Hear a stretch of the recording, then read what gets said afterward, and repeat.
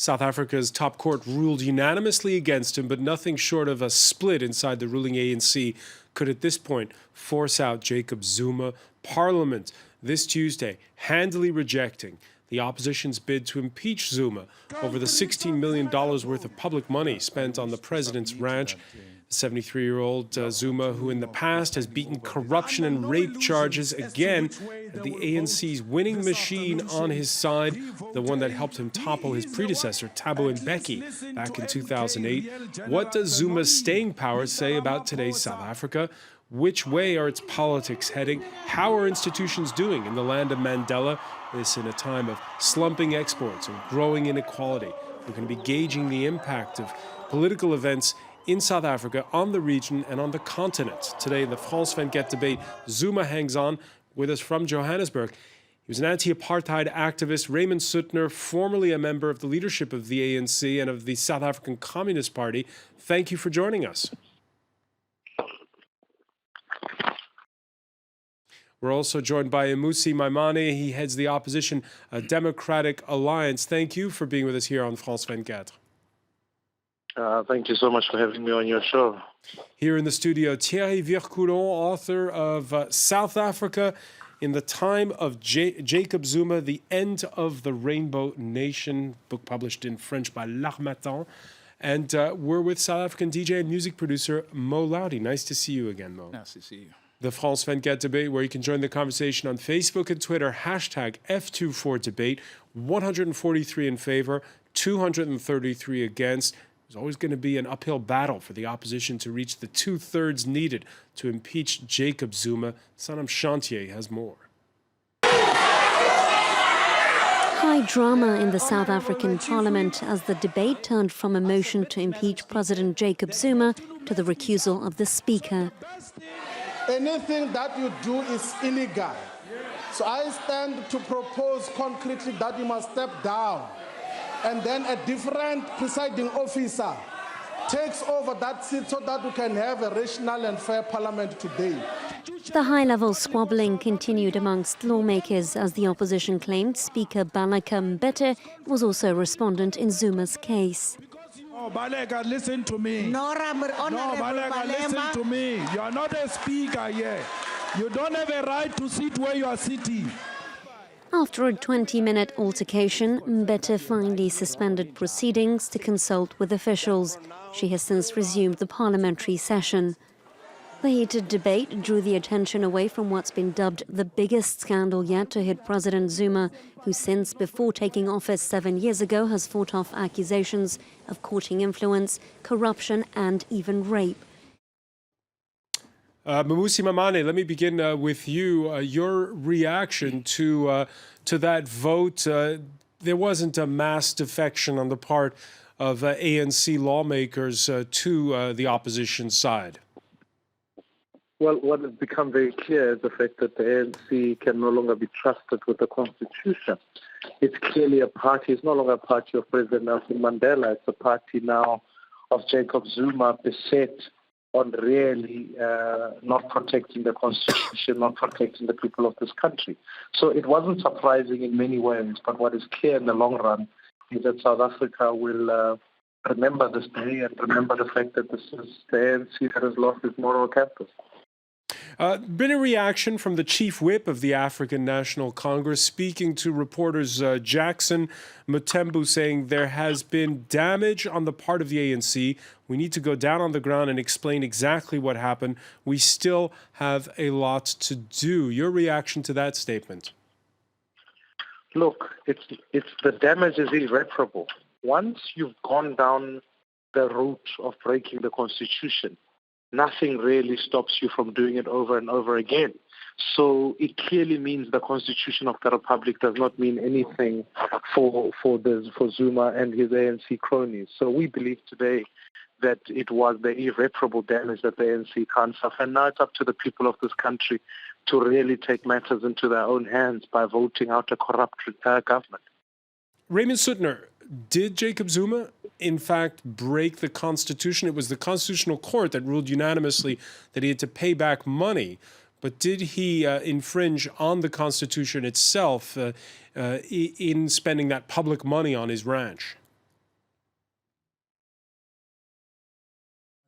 would be in agreement on this, that not only did Mr. Zuma break the constitution, but the ANC in parliament, by voting to prevent holding Mr. Zuma accountable for self-enrichment through improvements made to his home, through that they flouted their obligations. The president and every MP has to swear an oath to abide by the constitution of the country, and under the constitution, part of the role of parliament is to hold the executive accountable for what they're doing.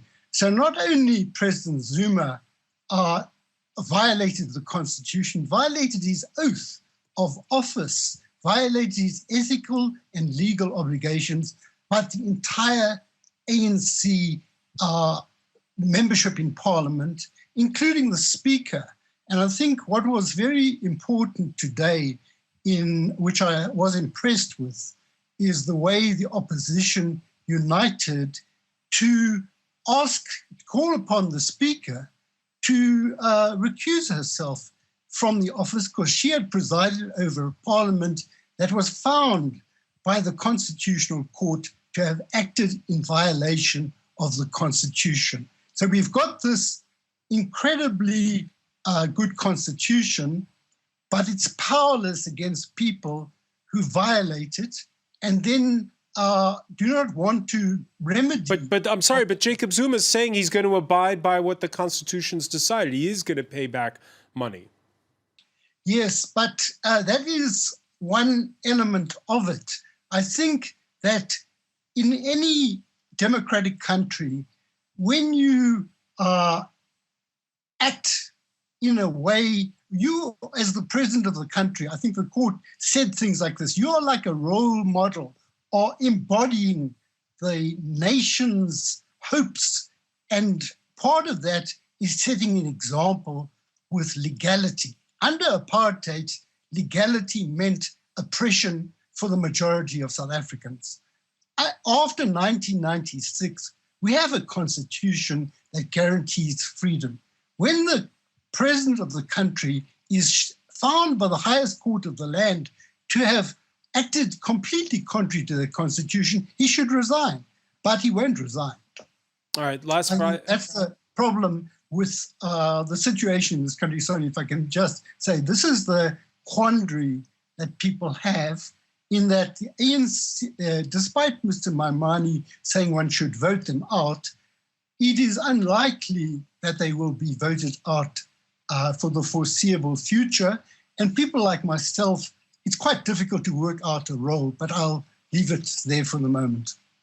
All right, your reaction, Thierry Vircoulon, to what we've just heard from both Mmusi Maimane and from Raymond Suttner, that the system is such that there is no stopping Jacob Zuma at this particular point in time.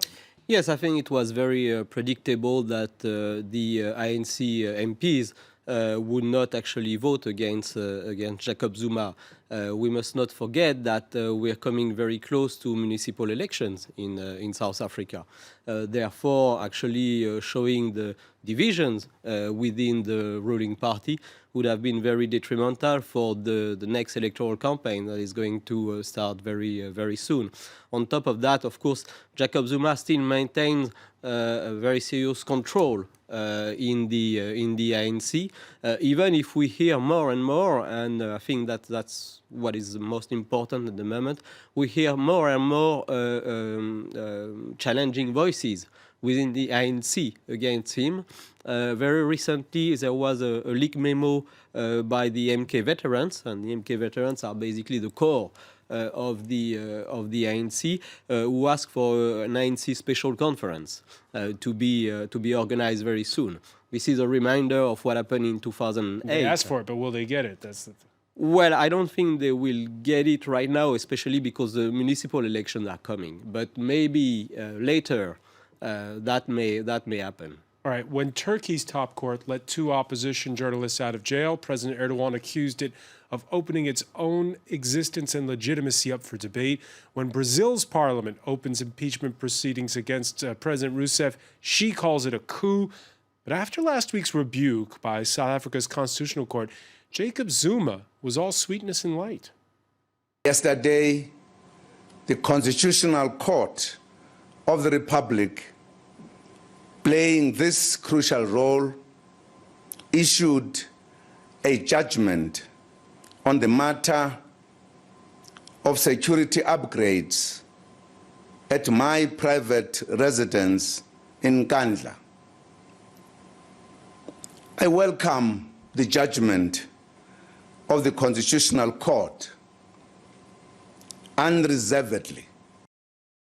Again, Mo Laudi, I'll put to you what I put to some of the other panelists. The president's saying, I'm going to abide by what the Constitutional Court has decided. Yeah, he's a very smooth guy. He knows how to maneuver politically. That's how he rose through the ranks for so many years. And he apologized. And just like South Africa, we've come through a lot and through apartheid. So we forgive. There's this culture of forgiveness. So he hopes that the country will forgive him and he can move forward. And so the ANC at the moment, they have so much power. So there's not much that really can change, except for if he himself takes the authority to make that change. Mmusi Maimane, it's out of your hands when you're in the opposition in South Africa. It's really down to whether or not there's a split in the ANC. Look, that's where the lacuna is in our constitution, is that the argument can't be that you can simply break law and then depend on majoritarianism. If we go for a majoritarianism, then we're not a constitutional state, because if tomorrow Jacob Zuma, for some reason or another, decides he wants to extend his term of office and it must be voted upon in Parliament, he could achieve that by using majoritarianism. So this is an important constitutional moment. That's why we believe there's still legal action that potentially can exist here.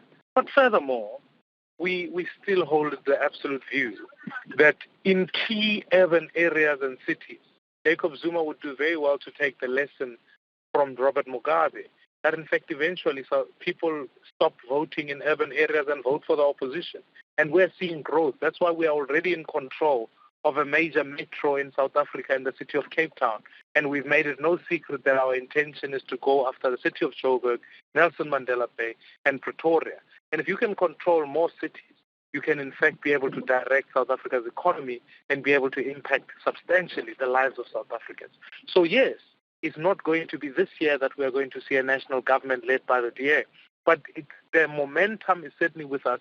And if you look at the electoral results, you can see the ANC is declining, even though it wasn't substantive. The question that is going to happen here is how much of the substantive decline will they see. Raymond Suttner, do you share that analysis that, well, the local elections matter and that the political pendulum is swinging? There's the sense that people are presenting that Jacob Zuma is immovable and all of that. I think that the ANC has to weigh up whether Jacob Zuma is more of an asset or a liability for the foreseeable and the long-term future.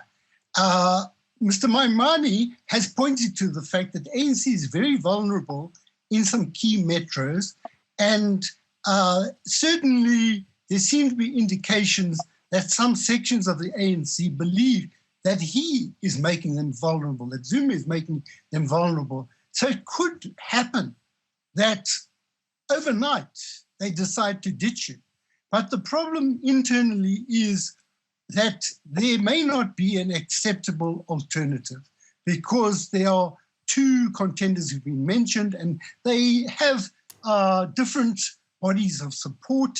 And I think it's a complicated thing, but I think ANC is no longer an ideological party. It's a patronage-based party, and there's a whole lot of complications related to that. But I believe that Mr. Maimane is correct in pointing to the possibilities of the ANC being vulnerable in these key metros, and that making a difference. But I think we've got to ask ourselves, is it all just about Zuma? What happens if Zuma goes?